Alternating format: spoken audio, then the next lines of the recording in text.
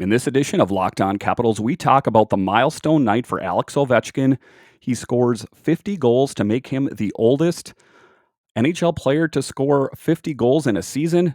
We talk about the Capitals. Do they have an opinion on who they think the number one netminder is in the organization? And then we talk about the road ahead. In this case, it is going to be the Capitals playing the Arizona Coyotes. I'll talk about all of that and more next on this edition of Locked On Capitals. Locked On Capitals, your daily podcast on the Washington Capitals. Part of the Locked On Podcast Network, your team every day.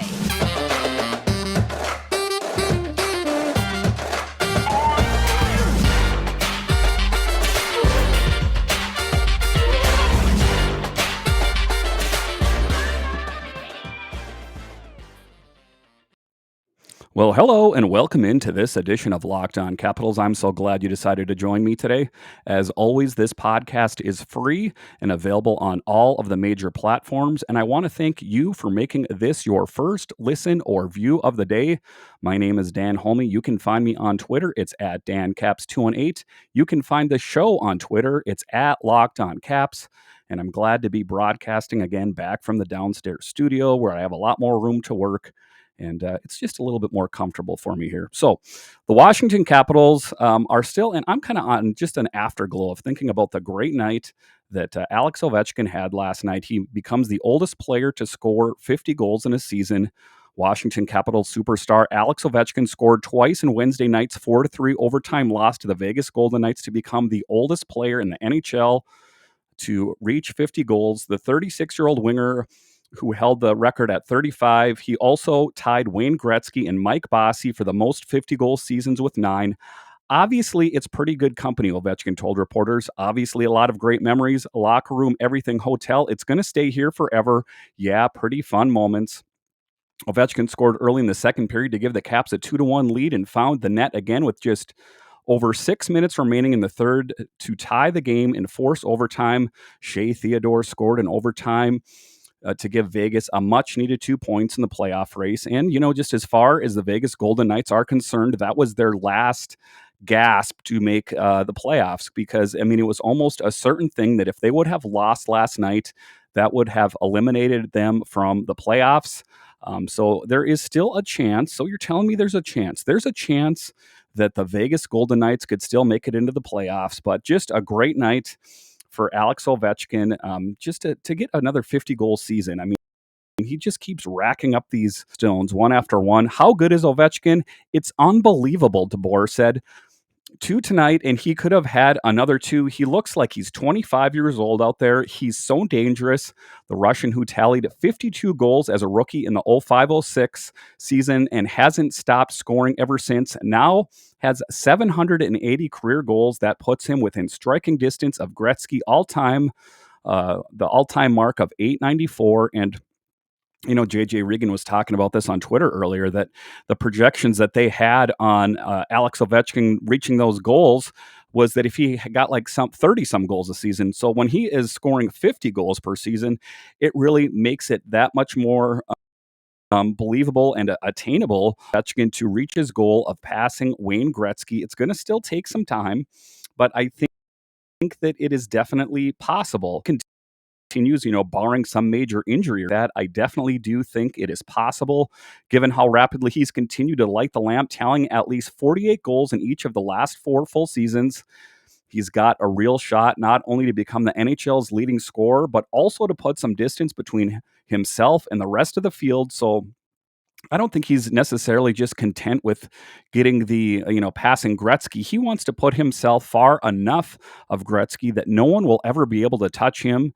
And, with the elite goaltending out there, that really speaks volumes of Alex Ovechkin. And I know that there's some older NHL fans that disagree with me, but the goaltending nowadays is much better than it was years ago. Back in the day, they didn't really have the butterfly style goaltenders. It was more they just kind of semi bent over, stood up, and kind of kicked at it, with their pads. But for Alex Ovechkin to get all of these goals with elite level goaltending in the modern goaltending style, it almost is worth more than Gretzky's total when it's all said and done. That would cap off an already decorated career that will make him a first ballot Hall of Famer. He's earned 12 All-Star game appearances, won the Rocket Richard Trophy as the league's leading goal scorer 9 times, and captured that Hart Trophy as the NHL MVP on 3 occasions. Ovechkin also helped the Capitals to the first Stanley Cup title in franchise history in 2018, earning the Conn Smythe Trophy as the playoff MVP. And that is a story that was in the Bleacher Report kind of talking about it. Just what a great night. And it's great to see that Alex Ovechkin is getting the recognition around the league as an elite goal scorer. I mean, everyone kind of knew that he was, but, for everyone to kind of just bind together and acknowledge what a great goal scorer he is, and just kind of, like I've talked about yesterday, just kind of to talk to your kids or your grandkids someday to say, I was alive when Alex Ovechkin played for the Capitals. I saw him play and I witnessed all of that. Because I think to a certain extent, when you hear some of these stats and tallies of former players, they almost sound like a bit of folklore. But we're witnessing it in real time. Alex Ovechkin is playing in our lifetime, and he is breaking and shattering records almost every time he plays. He broke a bunch of milestones in the month of March alone, and in April here, he continues to do that.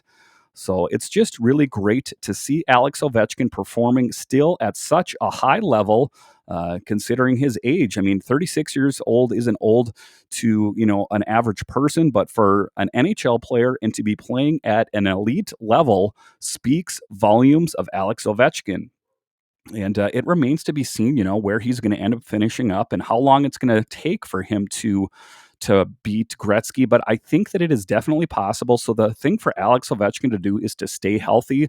I've talked about a physical game, and probably some of why he doesn't want to get too physical is he doesn't, he's on a mission to be the all-time goal scoring leader. He doesn't want to waste time getting injured or spending time in the penalty box.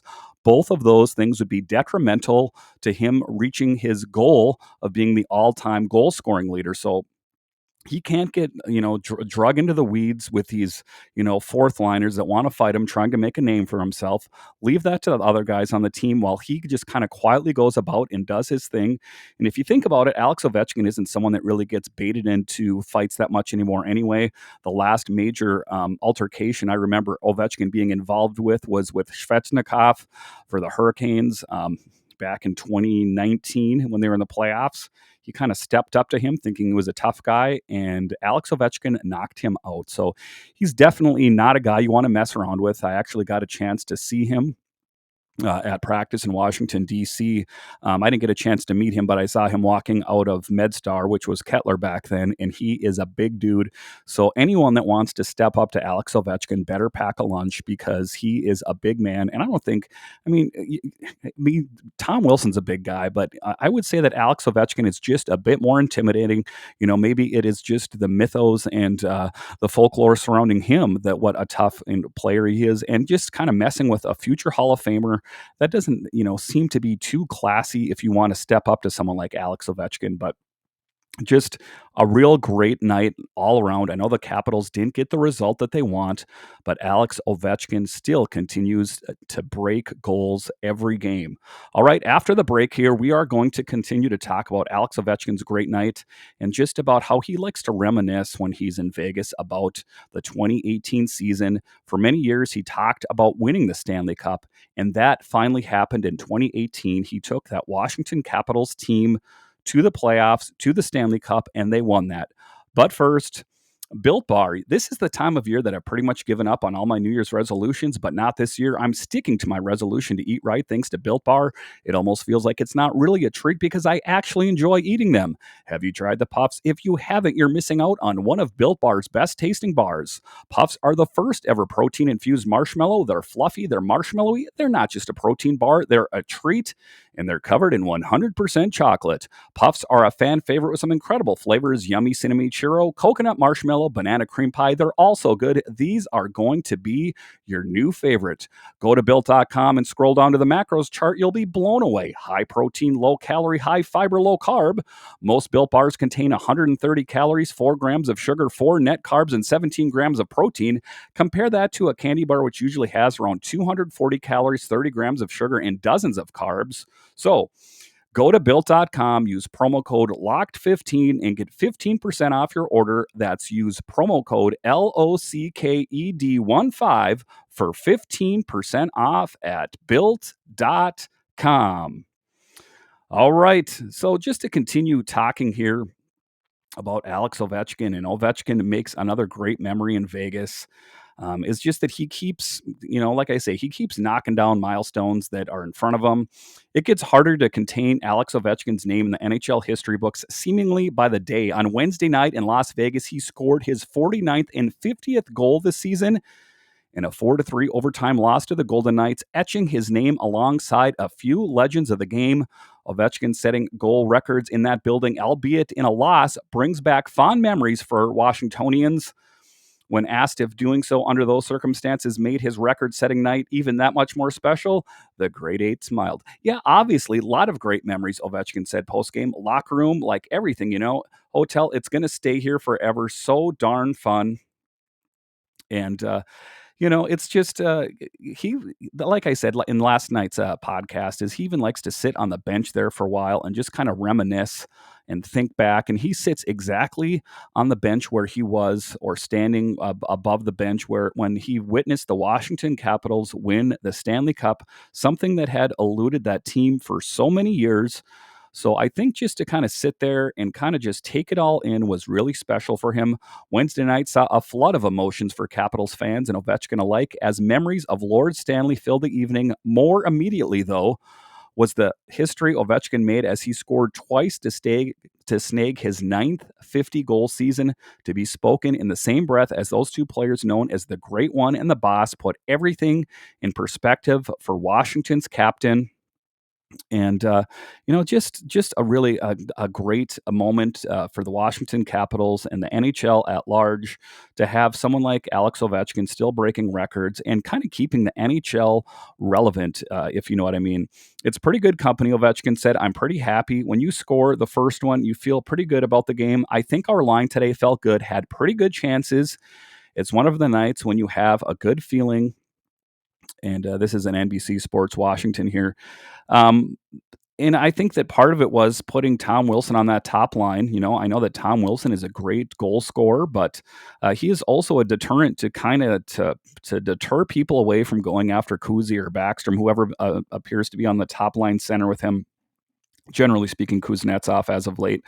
But I think that they should, they're kind of narrowing down that lineup. They should stick with the lineup that they have, the same line pairings, and not try to mess around with it too much. Go with what works. I know that the Capitals didn't get the result that they wanted last night, but I think that, that was just a hungry a Vegas Golden Knights team that was more hungry than the Capitals were. There was some inconsistent net minding, and then some of it was just chance. I mean, you can't draw and sketch everything out on a board to figure out who's going to win and lose. Some of it is just chance, and you can't overthink it. It's going to be what it's going to be. The hockey world mourned the loss of great Mike Bossy last week as the New York Islanders legend passed away at 65. Astoundingly, Bossy topped 50 goals in 9 of his mere 10 seasons in the NHL, winning 4 consecutive Stanley Cups in the process. Ovechkin fondly remembered meeting Bossy a few times, remembering the fact that he was always smiling. He always had a good mood, and it's a sad day for the whole world. He was a legend, and obviously he was a great person. I kind of effed myself, Ovechkin said with a laugh. I was thinking a little too much. That's not my game. They were talking about the puck rolled over Ovechkin's stick, and he was unable to muster a shot on net, though he was obviously ended up scoring his 50th of the campaign. So, some of that is Ovechkin. He was, for the longest time this season, he was trying to catch Jaromir Jagr, so he caught him, and he's moved past that. His next sight that he had set on was getting 50 goals. And I think that to a certain extent, you can kind of get caught up in your own head, trying to think about, those goals where you kind of just have to let things flow naturally. It must be a unique position for him to be in, to be this future Hall of Famer. And, unless something really goes off the rails, he's going to be revered and thought of as the greatest NHL player of all time. So that's a lot of pressure on his shoulders. I don't think any of us can really relate to that. But he's, he keeps doing the Capitals proud and all of the NHL proud by just continuing to play really great hockey. Washington stealing a point. Las Vegas now sees them tied in the Metro Division with Pittsburgh. Both teams have 97 points on the year with 5 games remaining. The Capitals will finish off this road trip in Phoenix on Friday before returning home to face the Maple Leafs and the Islanders. So the game on Friday is, like I've talked about, one of those trap games, and we'll talk about that in the final segment. And then they play the Maple Leafs, which, was one of the last major losses that the Capitals faced. So hopefully the Capitals get a different result this time, because, that was kind of a real big it was just a real morale, something that shot them in the foot with their morale, because they were going on such a good roll for such a long time that it was kind of just a one-off, I would say, because before that it was the game against Carolina and Minnesota. So they can't think too much back on the results against the Maple Leafs last time, only moving forward. And then they finish it off against the Islanders. The Islanders are not playing that great this year. But I mean, you can't write them off. That's Barry Trotz pulling the strings there, and they would love nothing more than to play spoiler to the Washington Capitals, because, I mean, let's face it here, they're out of it. And, I think Barry Trotz would probably take some great pride in knocking down the Washington Capitals from their post. His team isn't in it, so why not just ruin it for another team? I mean, it's kind of a weird way to look at it, but that is kind of what happens out there. All right, after the break here, we are going to talk about the Capitals. Do they have any opinion on who their favorite netminder is? I think ultimately they just want wins, right? But first, betonline.net is your number one source for all your betting stats and sports info. Find all of the latest sports development, league reviews, and news, including this year's basketball playoffs and the start of Major League Baseball season. BetOnline is your continued source for all your sports wagering information, from live betting to playoffs, esports, and more. Head to the website today or use your mobile device to learn more about the trends and action. BetOnline, where the game starts. So, thank you for making Locked On Capitals your first listen. For your next listen, check out Locked On Now podcasts, nightly recaps of every NHL game with analysis from our local experts. It's free and available wherever you get your podcasts. So, in this final segment, like I was talking about, we are going to talk about Ilya Samsonov and Vitek Vanacek. It's something that is spoke about quite often about the players. Who do they think is going to be the number one netminder? Who would they like to see in net? Inside the locker room, the players have confidence in the two netminders, at least according to Lars Eller. I can tell you this, all the players on the team have faith in Vitek and Sammy to elevate their game and to play their best when we need them, Eller said Thursday on the Sports Junkies. And I mean, I think that's a safe answer. If he was going to say, we're doomed, I think that's not going to speak well of him or his teammates. But consistency has been an issue throughout the season, and we've talked about that throughout the season, both in this podcast and my previous podcast that I did about, the consistency in net. And as I spoke with JJ Regan about, it seems inevitable that they are going to have to pick up a veteran netminder next year, because they have Ilya Samsonov and Vitek Vanacek, and they're going to have to pick whichever one their number one netminder is going to be. And they're probably going to have to part with one in the offseason. Just because, for one thing, you can't keep going and thinking you're going to get a different result. That is the definition of insanity, by going with Vitek and Ilya next year, save unless they win the Stanley Cup or something like that. I think that they, just kind of have to be, evaluate them in the playoffs here, who it plays the best, and then make your decision going forward. But that's to say that they can find an upgrade. But I do think that they need a veteran netminder to kind of, mentor maybe some of these young netminders. And as I spoke with JJ Regan about, he talked about that, though Ilya Samsonov is more inconsistent. Overall, he is a better athlete. He shows better athleticism when he's out on the ice.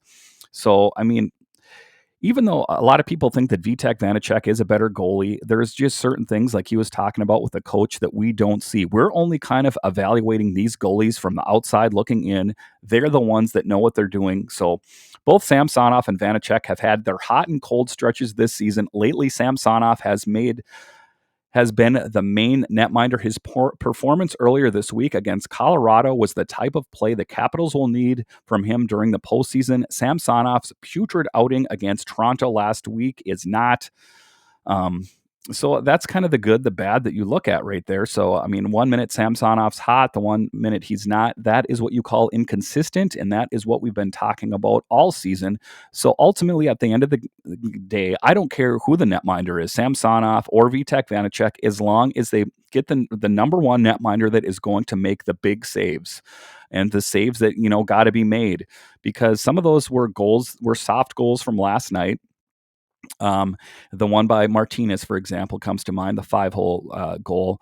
Those are the ones that they have to stop, and in order to be successful in the NHL and to make your push for the Stanley Cup playoffs, you need elite level goaltending. I'm talking Braden Holtby, Philip Grubauer in the 2018 Stanley Cup Elite. That is what you need in net to win a cup. Because if you take a look around the league, you take a look at the Carolina Hurricanes, for example, Freddie Anderson is injured. And could that be the end of the season for the Carolina Hurricanes? Number one in the Metro. Is that going to screw up their entire hopes of doing anything in the playoffs? I did not check in on Freddie Anderson to see his status may have changed today, but last time I checked, there was no results back on the status of his injury. But if his injury, in fact, is severe, that is just kind of a testament and kind of demonstrates what I'm talking about. You need that elite level goaltending.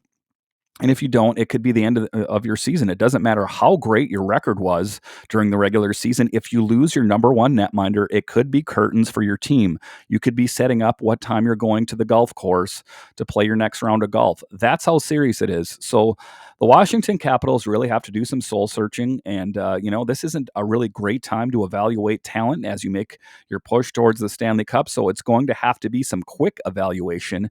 Otherwise, it could be a quick exit for the Washington Capitals. And like I talked about with JJ Regan, you can expect that if the Washington Capitals make an early exit this year, that there's going to be some changes. I don't know if it's going to be a total teardown and rebuild.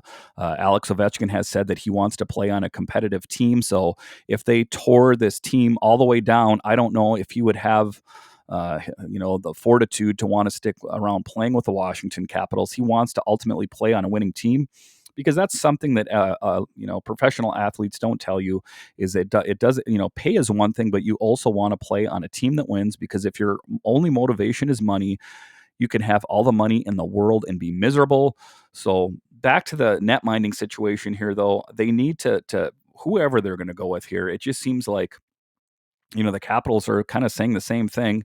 The thing with the playoff series is you don't really need to play at your very best every single game, Eller said. I know how that sounds, but you just need to take 4 out of 7. But sometimes the hardest thing is if you're down in the series. If you look back on the Stanley Cup run that in 2018, they were behind. And, coming back against really, tough odds is difficult. This is not the exact same Capitals team. We have different net minding. I can think of some elite defensemen, Orpik and Niskanen, that are missing. So it's not an apples for apples comparison. So the Capitals, like I say, they don't have a lot of time to figure out who their netminder is going to be. There's going to be games over the course of playoffs where you're not going to have it. You're going to have an off game here or there, but the games where you're playing well, those are the games you need to win. And these are just kind of, I hate to say it, generic cliches by Eller, because there are going to be games where you don't have it and things aren't going your way. You can still win the series if you lose a game or 2 or even 3, but the ones that are good have to be really good.